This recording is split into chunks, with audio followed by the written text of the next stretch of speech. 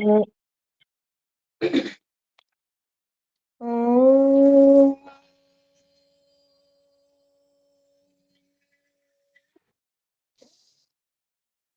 ఓం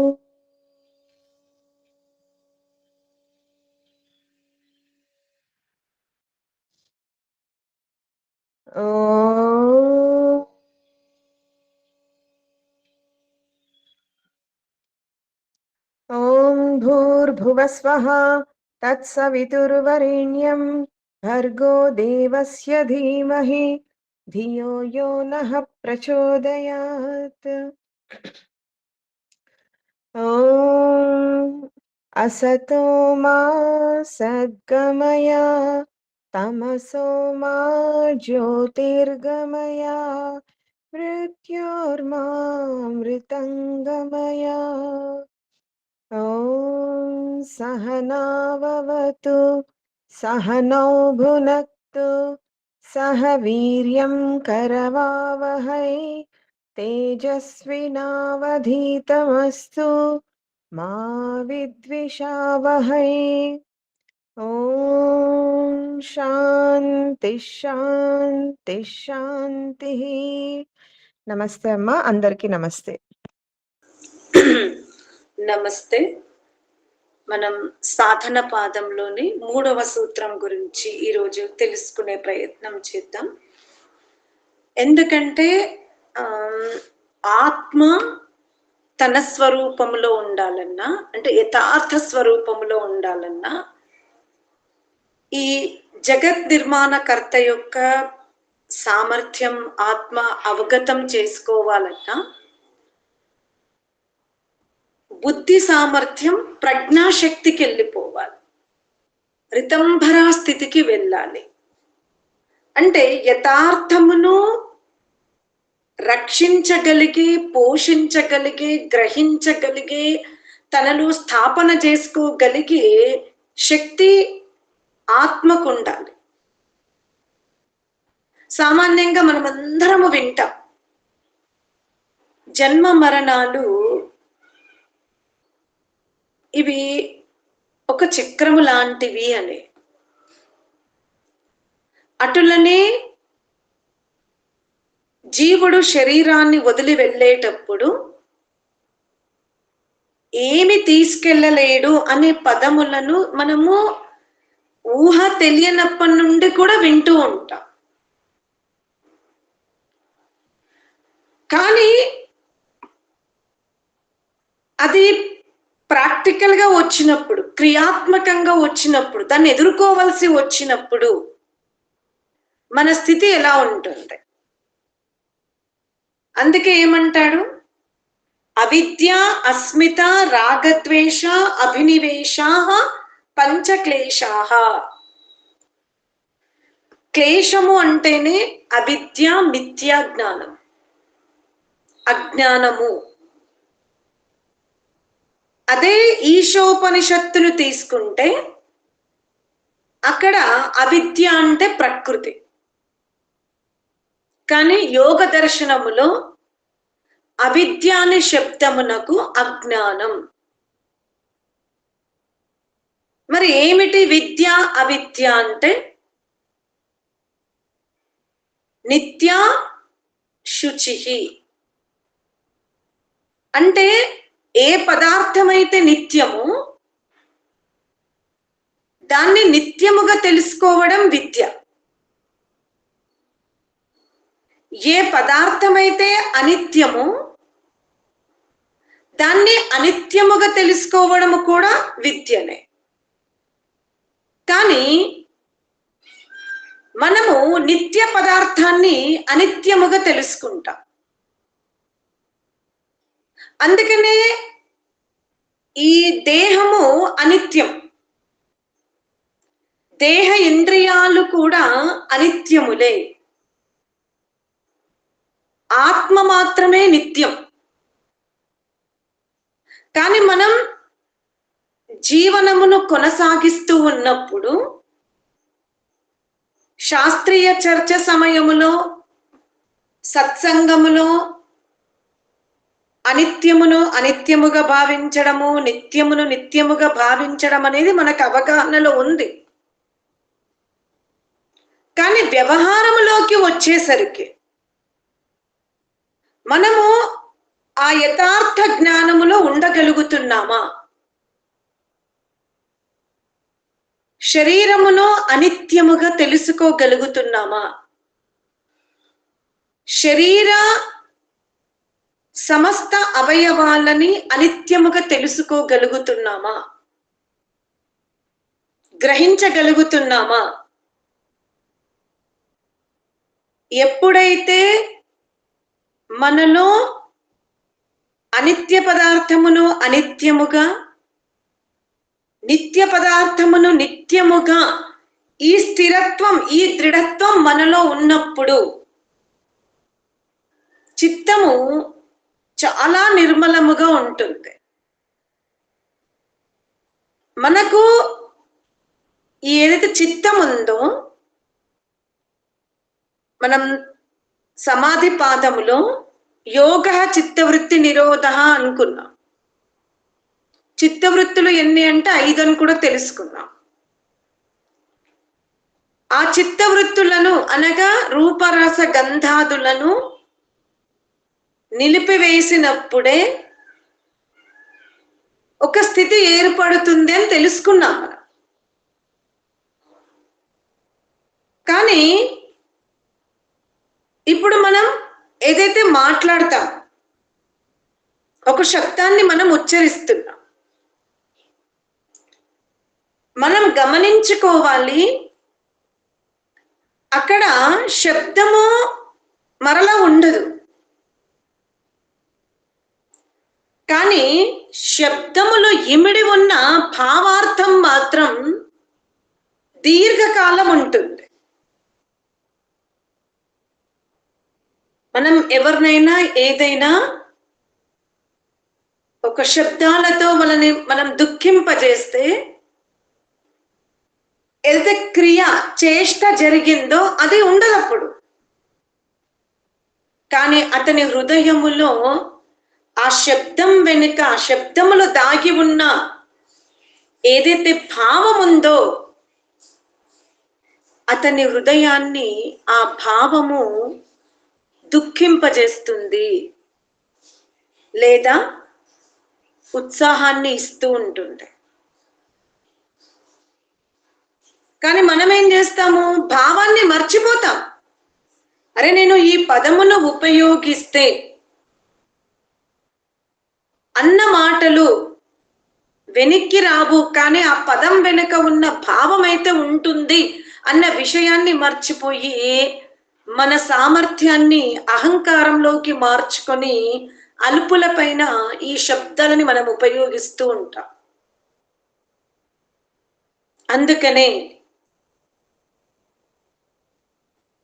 ఆధ్యాత్మిక మార్గములో విజయము సాధించాలి అంటే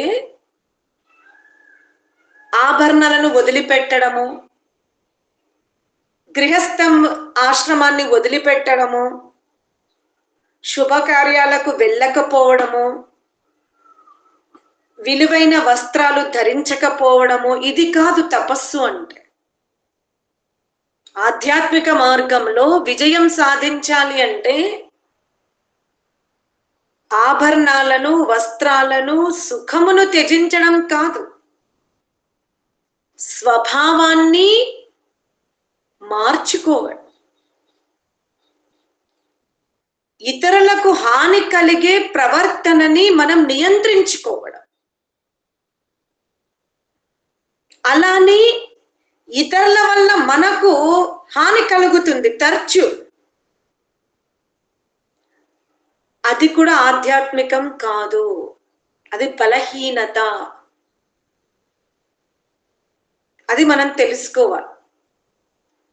ఎందుకంటే క్లేశము అంటేనే మిథ్యా జ్ఞానం.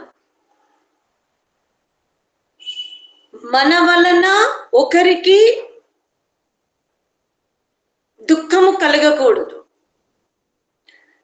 అది ఎంత జాగ్రత్తగా మనం పరిశీలించుకుంటున్నామో అటులనే ఎదుటి వ్యక్తి కూడా మన పట్ల ఆ విధమైన వ్యవహారము చెయ్యగలగాలి.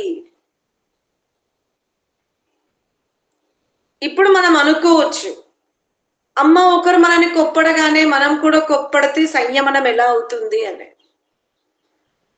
అక్కడ కొప్పడమని కాదు, అతను 4 అపశబ్దాలు ఉపయోగిస్తే మనం 6 ఉపయోగించాలని కాదు. అక్కడ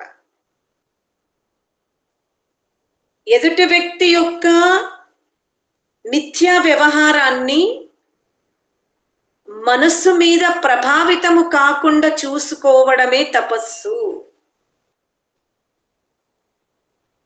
లేదా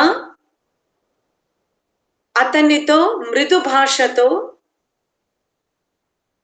మీ ఈ పదే పదే ఈ పదాలని మీరు ఉపయోగించడము వలన నేను ప్రభావితం అవుతున్నాను, నేను దుఃఖమునే అనుభవిస్తున్నాను అనేది చర్చించాలి. ఇదియే ఆధ్యాత్మిక జీవనం. మిథ్యా జ్ఞానముతో ఉండకూడదు. అవిద్య, యథాయోగ్యమైన జీవనం ఉండాలి. శరీరం అనిత్యం. దీనిని నీటితో బాహ్యంగా శుద్ధి చెయ్యకపోతే దుర్గంధయుక్తం అవుతుంది, రోగమయం అవుతుంది. తెలుసుకున్నాం, దాన్ని ఆచరిస్తున్నాం. తీసుకున్న ఆహారము సమయానికి విసర్జింపజేయకపోతే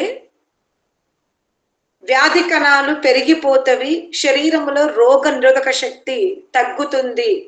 అందుకనే ఆహారము తీసుకున్నాం, మల విసర్జన కూడా మనం నియమితముగా జరిగేలాగా చూసుకుంటున్నాం. ఆ తర్వాత తీసుకున్న ఆహారం పైన మనస్సు కూడా తయారవుతుందని తెలుసుకున్నాం. అందుకనే మనస్సు సాత్వికంగా ఉంటే మన ఆలోచనలు కూడా, అంటే బుద్ధి కూడా సాత్వికముగా ఉంటుంది, వ్యవహారము సాత్వికంగా ఉంటుంది. అందుకనే ఆహారములో కూడా సత్వగుణ పదార్థాలను ఎక్కువ తీసుకుంటాం, ఏదైతే సత్వమును వృద్ధి చేస్తుందో దాని మీద జాగ్రత్త పడ్డా. ఆ తర్వాత ఏంటి,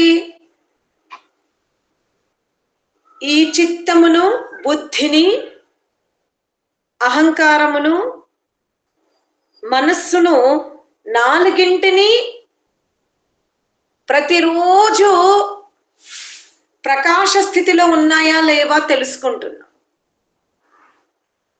ధ్యాన స్థితి అంటేనే సంపూర్ణ మన శరీర అంతర్గత మంత్రిని, సారథిని, కోశాధ్యక్షుణ్ణి, కార్యకర్తను ఒక ప్రణాళికగా ఇంద్రియాలోని సైనికులతో పని చేయించుకోండి అని ఉపదేశించుకుంటున్నాము ప్రతిరోజు. వాళ్ళ సామర్థ్యం ఉంది కదా అని మనము గనక ఆ నలుగురిని మనం అదుపులో పెట్టుకోకపోతే వాళ్ళందరూ అవకాశవాదులు అవుతారు. అప్పుడు సైనికులు మన ఆధీనములో ఉండరు, సారథి మన ఆధీనములో ఉండరు, మంత్రి మన ఆధీనములో ఉండడు, అహం మన ఆధీనములో ఉండదు, గందరగోళం అయిపోతుంది. కానీ ఆ పరిణామం ఎవరు అనుభవిస్తారు? ఒక సంస్థ, ఒక కంపెనీ లాస్ అవుతూ ఉంటే ఆ నష్టం అంతా కూడా యజమాని పైనే పడుతుంది. అటులనే ఈ శరీరములో ఉన్న యజమాని ఆత్మ. ఈ శరీరము ద్వారా జరుగుతున్న ప్రతి క్రియకు, ప్రతి ఆలోచనకి బాధ్యత ఆత్మనే వహించవలసి వస్తుంది. అందుకనే మనలో ఎటువంటి అవిద్య లేకుండా చూసుకోవాలి. పరిగెత్తాల్సిన అవసరం లేదు మనకి. నెమ్మదిగా నిలబడైనా కూర్చోనైనా మన వలన నూతనమైన అజ్ఞానయుక్త ఆలోచనలు, అజ్ఞానయుక్త కర్మలు చెయ్యకుండా నెమ్మదిగా వెళ్తాం. ప్రపంచాన్ని పరిగెత్తనివ్వండి, మనం మాత్రం కర్మలను, ఆలోచనలను నిదానంగా ప్రోగు చేసుకోవాలి. అందుకే అంటాడు అవిద్య. మీ యొక్క జీవన విధానములో సమస్త దుఃఖానికి కారణం క్లేశమే, అవిద్యనే. అందుకే కహ శోక కహ మోహ అంటాడు ఈశోపనిషత్తుకారు. ఎప్పుడైతే మనలో యథార్థ జ్ఞానము కేవలం మాకు తెలుసు కాదు, దాన్ని మనం లోపల నుంచి తెలుసుకున్నాం. సామాన్యంగా మనం ఏమంటాం, మాకు తెలుసండి అంటాం. మరి తెలిస్తే అది ఆచరణలో ఎందుకు లేదు?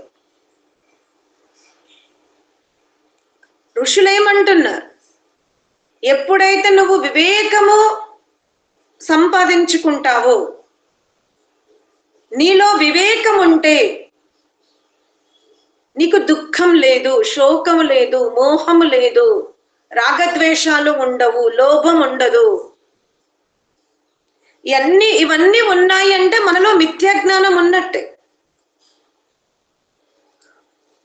అందుకనే మిథ్యాజ్ఞానాన్ని ఎంత వీలవుతే అంత మనం దూరం చేసుకునే ప్రయత్నం చెయ్యాలి.